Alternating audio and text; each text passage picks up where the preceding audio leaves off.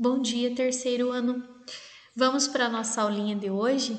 Então, hoje nós vamos ter nas duas aulas. Na primeira aula, nós vamos introduzir o naturalismo, né, que vocês encontram lá na página 15 do Revisional 2.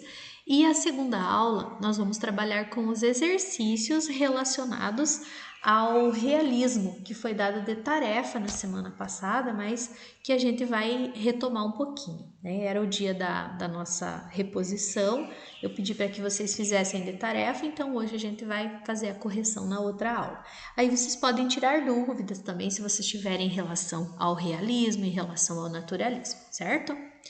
Então, pessoal, nós vamos começar trabalhando com esse tema, né, que é o termo, né, entender esse termo, naturalismo. Né? Então, ele vem da onde, gente? Ele surgiu de uma doutrina filosófica, tá? E essa doutrina, ela considerava apenas as leis da natureza como verdadeiras, ou seja, né, tudo aquilo que a natureza fornece para você, tudo aquilo que a natureza coloca como real, como verdadeiro, deve ser valorizado. Então, ele surgiu na Europa, isso aqui é importante, gente, tá? Para a gente poder fazer o paralelo com o realismo, né? Surgiu na Europa com Émile Zola e ele acaba dividindo o mesmo contexto histórico do realismo. Então, o contexto histórico que faz parte do realismo, que a gente viu nas aulas passadas lá, que era a partir da segunda metade do século XIX, que a Europa passou por grandes transformações no campo político, no campo econômico, no campo social. Também pega a segunda fase da Revolução Industrial, que trabalhava com os avanços da tecnologia, né, alguns progressos científicos também, e algumas produções artísticas desses períodos, tanto do realismo quanto do naturalismo, eles são pautados nisso, né? E como resultado disso, as pessoas passaram a ter uma visão mais materialista da realidade, né? Ao invés de idealizá-la como era feito lá no romantismo. Então, eles dividem o mesmo contexto histórico. Aí, gente, eles demonstravam o que? Sempre, tanto o realismo quanto o naturalismo, uma aversão ao romantismo. Então, para eles, o romantismo era visto como uma parte alienada da sociedade e tudo mais, né? E eles retratavam, né, ao contrário do romantismo, que era subjetivo, eles retratavam a realidade de maneira objetiva, tá? E davam enfoque para a parte científica, para o cientificismo. Principais linhas de pensamento que influenciaram o naturalismo. Então, gente, quais eram essas principais linhas de pensamento? Por que é importante a gente saber? Porque as obras elas vão estar pautadas nessas linhas de pensamento. Então, a gente começa com o determinismo. Então, a gente viu um pouquinho de determinismo lá no realismo, mas aqui ele vai ser muito mais forte. Então, gente, foi uma corrente de pensamento desenvolvida por Hippolyte Taine.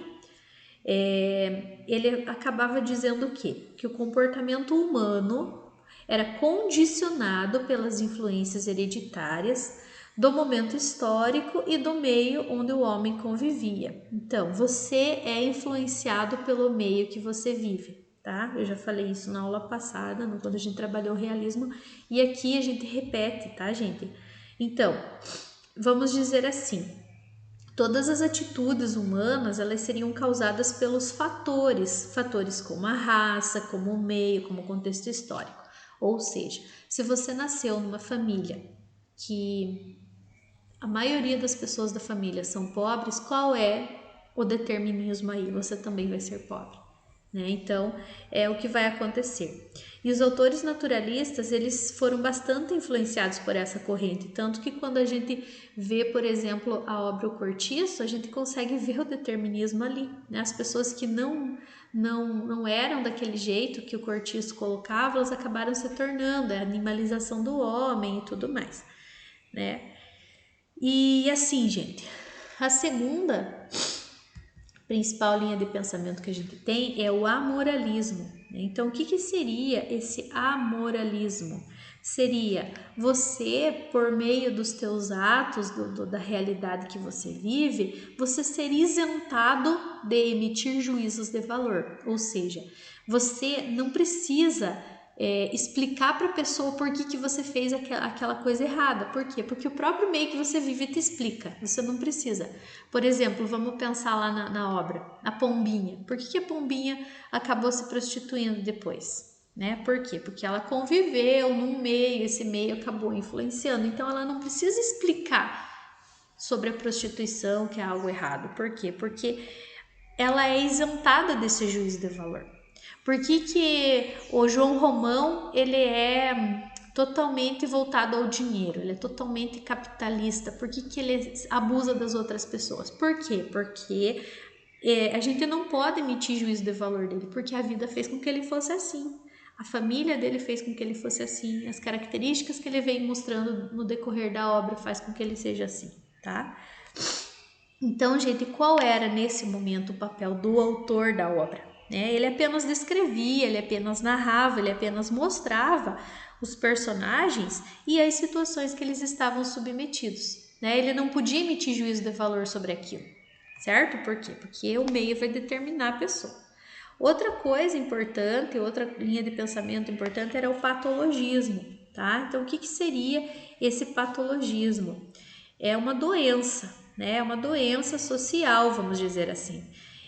Então, assim, a gente pode dizer que as cenas de adultério, de miséria, de criminalidade, de desequilíbrio de diversas ordens, né? Elas fossem explicadas por essa distorção de comportamento, né? Isso é uma doença social, né? Esse espírito cientificista dos escritores naturalistas, eles acabavam se interessando por essa distorção de comportamento, pela personalidade desses grupos sociais. Então, digamos que todas as atitudes erradas que acontecem nas obras naturalistas, elas são explicadas por serem consideradas uma doença. Temos também a animalização do homem, isso acontece muito no Cortiço, né? Então, o homem é visto como um ser guiado pelos seus instintos, ou seja, como um animal, né? Ele não usa da sua razão. E os seus comportamentos muitas vezes são associados aos animais, né? Então, até no início da obra Cortiço, a gente consegue ver, né, quando ele vai descrever o acordar do Cortiço, né? Fala de ventas, fala de patas, fala de rabo, né? Fala, acaba animalizando o homem, tá? Então a gente vai conhecer um pouquinho mais tarde. Gente, o escritor naturalista, ele não se via, isso que é importante, ele não se via engajado no processo de transformação das condições, das condições da vida das populações que começavam a frequentar e se concentrar nas periferias das grandes cidades, né? Então, essas pessoas eram identificadas como uma experiência científica, eram submetidos às leis naturais para ver como que eles iam reagir. Então, lembrando, né, nesse momento que a gente trabalhou com o cientificismo, eles queriam estudar o ser humano, como essas características que eles vão transpor no decorrer das narrativas, elas são patológicas, né? Os naturalistas franceses, eles faziam o quê?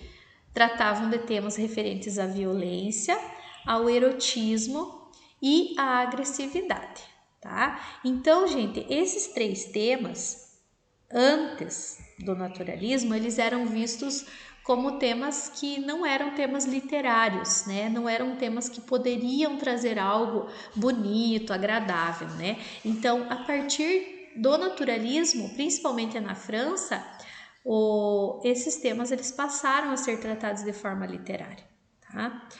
E muitos romances, alguns deles foram condenados, né? Por quê?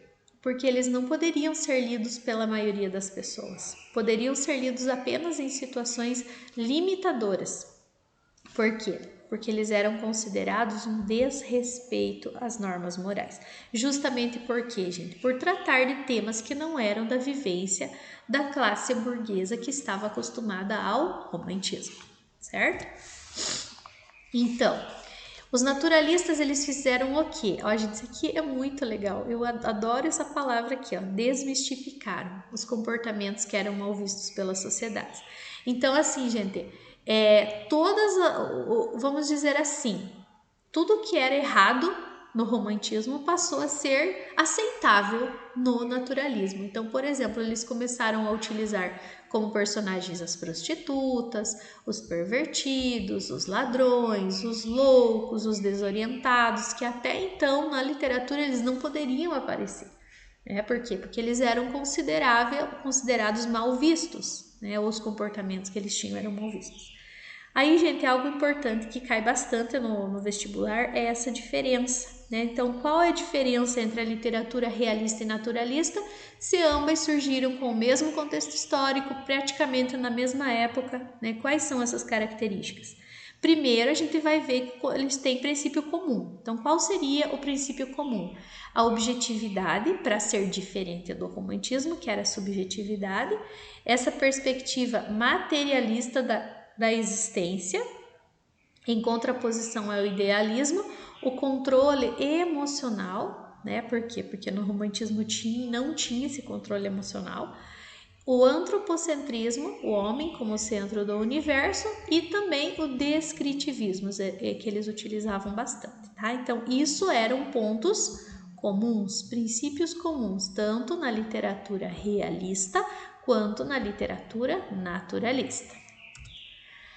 Agora a gente vai ver esse quadrinho, gente, comparativo, que é um quadro bastante interessante para você poder identificar. Então, veja, o realismo teve influência de Flaubert, como Madame Bovary, que a gente viu que foi um escândalo para a época, que o livro foi condenado, que não poderia ser lido. Por quê? Porque ele trazia a história de uma traição, que para a época era uma coisa muito triste, Aqui, influência de Émile Zola, que a gente viu no início ali.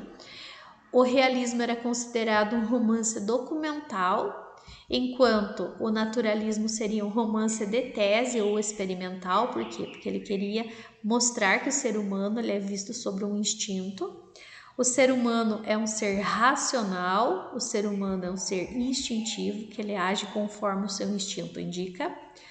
Aqui nós temos um interesse pela psicologia, aqui pela biologia e pela patologia, o estudo do ser humano, como todas as características que ele tem, que são consideradas erradas perante a sociedade, são uma doença. Aqui nós temos o destaque para o individual, aqui o destaque era para o coletivo. Então, quando você pensa aqui, por exemplo, vamos pensar numa obra realista, Dom Casmurro, que é muito individualista, porque fala das características, dos pensamentos, das ideias do narrador personagem, que é o Bentinho. Aqui nós temos o Cortiço, que vê as pessoas de um modo coletivo. Retrato e crítica às sociedades dominantes, retrato das camadas inferiores da sociedade. Então, enquanto aqui ele retrata e critica, aqui ele só retrata, mas retrata quem? Os inferiores. Gente, isso aqui é importante, denúncia social e crítica social. Então, é importante você saber que no realismo não havia uma crítica, mas sim uma denúncia. E no naturalismo não havia uma denúncia, mas sim uma crítica, à parte da sociedade, como que essa sociedade vive, de que forma que ela vive. Aqui nós temos a investigação da alma humana, acentuando ali um caráter perverso. Então, ele busca mostrar esse caráter perverso do ser humano. Como que o ser humano pode ser perverso? Ele pode fazer coisa errada, ele pode esconder, ele pode abusar dos outros, ele pode chantagear, como a empregada lá da obra do Eça de Queiroz, que acabou chantageando a moça lá porque ela tinha um caso com o primo. A investigação do ser humano em seus aspectos instintivos, libidinosos e animalescos. Aqui nós temos como ambiente a vida urbana da corte, e aqui nós temos as favelas, os cortiços, os bairros da periferia. Nós temos aqui a burguesia decadente e também hipócrita, isso aqui é importante. E aqui nós temos os seres humanos movidos pelo instinto, as populações marginalizadas. Aqui, observação e análise de comportamento. Aqui, experimentação. É aquilo que eu falei, patologismo, que fala lá no início. Tendências de destacar o universo interior dos personagens. E aqui nós temos a realidade externa desses personagens, que elas vão influenciar o modo de ser de cada um. Narrativa descritiva e detalhista, né? Preocupação com o quê? Com a fidelidade, ser fiel a tudo que escreve e também com a parte do real. Aqui nós temos narrativa e relato de experiências que se relacionam a hipóteses científicas. Então, é explicar por que o homem é daquela forma e não de outra, através da história de vida que ele teve, pelo determinismo e outras características que a gente viu anteriormente. Gente, então dentro das narrativas naturalistas, o que acontecia? Esses avanços que eram obtidos no campo do saber científico transformavam os personagens em cobaias, ou seja, eles eram levados a vivenciar algumas situações para poder desempenhar os papéis que o autor estabelecia para eles, né? Então, os personagens eram cobaias. O que era o papel do leitor? Observar e desenrolar as ações. Então, ele precisava fazer isso, ele precisava fazer a leitura, observar os acontecimentos e desenvolver as ações dos personagens, esperando, qual era o principal objetivo do leitor? Esperando que a hipótese do escritor para aquela situação se confirmasse ou não. Geralmente se confirma, né? Então, é uma característica aí que a gente pode identificar, tanto para o personagem quanto para o leitor. Dentro da perspectiva biológica, o ser humano era visto como um animal, né? Qual é essa intenção? Fazer aflorar nele as atitudes instintivas, as atitudes desagradáveis e também as repulsivas. Isso também, gente, é visto como um desvio patológico. Por quê? Porque afetam os personagens em toda a sua dimensão humana, fazendo transformá-los em feras na disputa pela sobrevivência social. Isso aqui, gente, tem um nome que é chamado de darwinismo ou darwinismo social, né? A gente tem, por exemplo, na obra lá, que tenha como título Ao Vencedor as Batatas, né? Ele traz como título, não é como título, como frase final, né, da obra. Eles estavam num campo de batatas e daí quem tivesse maior aptidão conseguiria ficar com todo o campo, né? E no fim, né, como prêmio ele ganharia todas as batatas, mas o outro ficaria sem nada. E isso era problema do personagem que ganhou? Não era. Por quê? Porque ele é explicado pelo instinto que ele teve. Qual é o instinto? Vencer, ganhar, né? Tipo numa luta entre dois animais, né? O mais adaptado, o mais preparado, o mais forte sobrevive. Então, o comportamento, ele é o quê? Reflexo das dificuldades que o ser humano não consegue superar, tá? Não consegue superar. Eu acho que eu esqueci de falar para vocês qual era o livro Ao Vencedor as Batatas. É o Quincas Borba que trabalha isso, né? A obra Quincas Borba. Então, gente, todo esse comportamento, todo esse desvio patológico, essa dimensão animal que é trabalhado dentro do naturalismo, a gente consegue perceber, né? A gente consegue observar lendo as obras. Então, mais uma dica de leitura para vocês. Quem não leu ainda, né? O Cortiço, fica aí a dica. É uma obra maravilhosa que vocês podem encontrar essas características naturalistas dentro da obra.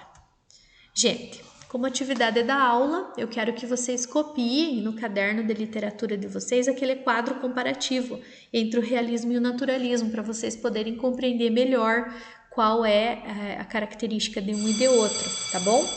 Então, gente, fiquem com Deus e até a próxima aula.